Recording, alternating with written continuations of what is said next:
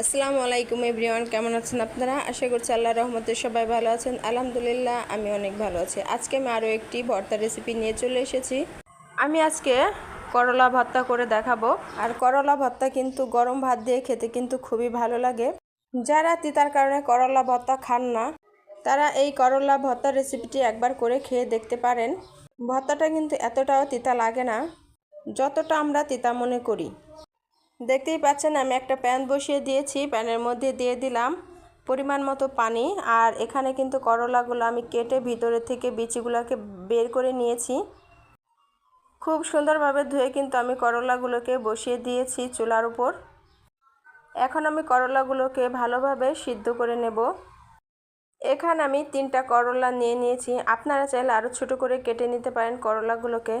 আর আপনাদের মন মতো করলা দিয়ে দেবেন।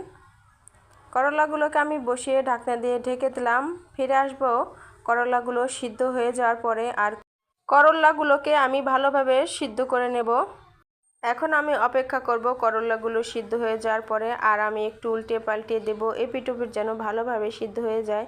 আপনারা যারা আমার ভিডিওটি দেখছেন, আপনাদের কাছে আমার একটাই রিকোয়েস্ট, আমার ভিডিওটি যদি আপনাদের ভালো লেগে থাকে তাহলে একটি লাইক করে দেবেন, কমেন্ট করে আপনার মতামতটি জানিয়ে দেবেন। আপনারা যারা আমাকে সাবস্ক্রাইব করেছেন, আবার কিন্তু আপনারা অনেকেই কিন্তু সাবস্ক্রাইব কেটে দিচ্ছেন। প্রতিদিন 2-1 জন করেই কেটে যাচ্ছে।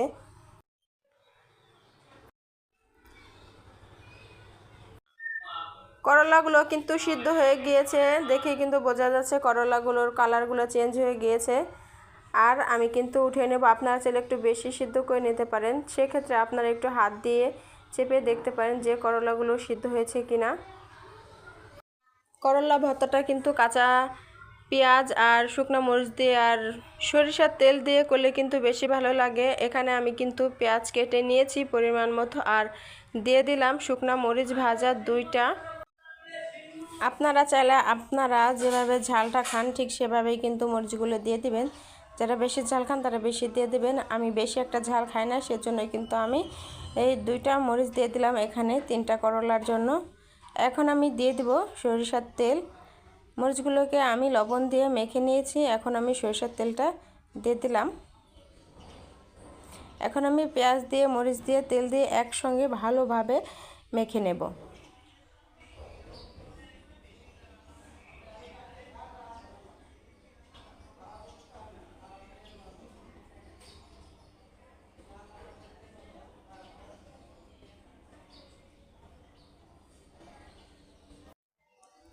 মরিচ পেঁয়াজ আর সরিষার তেল দিয়ে যে ভর্তাটা আমি করলাম, এটাও কিন্তু ভাত দিয়ে খেতে খুবই ভালো লাগে। এভাবেই কিন্তু ভর্তাটা খাওয়া যায়। এখন আমি করলা নিয়ে নিলাম। করলাগুলোকে হাত দিয়ে এভাবে মাখিয়ে নেব।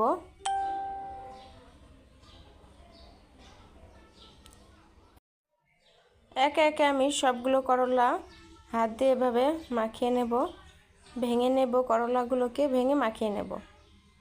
আপনাদেরকে আমি আবারও বলছি, করলাটা কিন্তু এতটা তিতো লাগে না। যতটা তিতো আমরা ভাবি এতটা কিন্তু তিতো লাগে না ভর্তা করলে।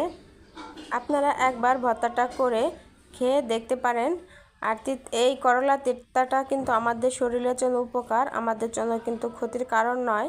এরকম একটা ভর্তা যদি গরম ভাতের সাথে থাকে তাহলে কিন্তু কথাই নেই, এক চোটে কিন্তু অনেকগুলো ভাত খেয়ে ফেলা যায়। করলাটা আমি পেঁয়াজ মরিচের সঙ্গে ভালোভাবে এখন মাখিয়ে নেব। আর এই সময় কিন্তু খুব সুন্দর একটা ঘ্রাণ ছেড়েছিল, আর খেতেও কিন্তু খুব ভালো। ভর্তাটা আমার রেডি করা হয়ে গেছে, এখন শুধু পরিবেশন করলেই হবে। এতক্ষণ আমার ভিডিওটির সাথে থাকার জন্য আপনাদেরকে অসংখ্য অসংখ্য ধন্যবাদ। আপনাদের সাথে আমার আবার দেখা হবে অন্য কোনো ভিডিওতে। ততক্ষণ পর্যন্ত সুস্থ থাকুন, ভালো থাকুন। আল্লাহ হাফেজ। আসসালামু আলাইকুম।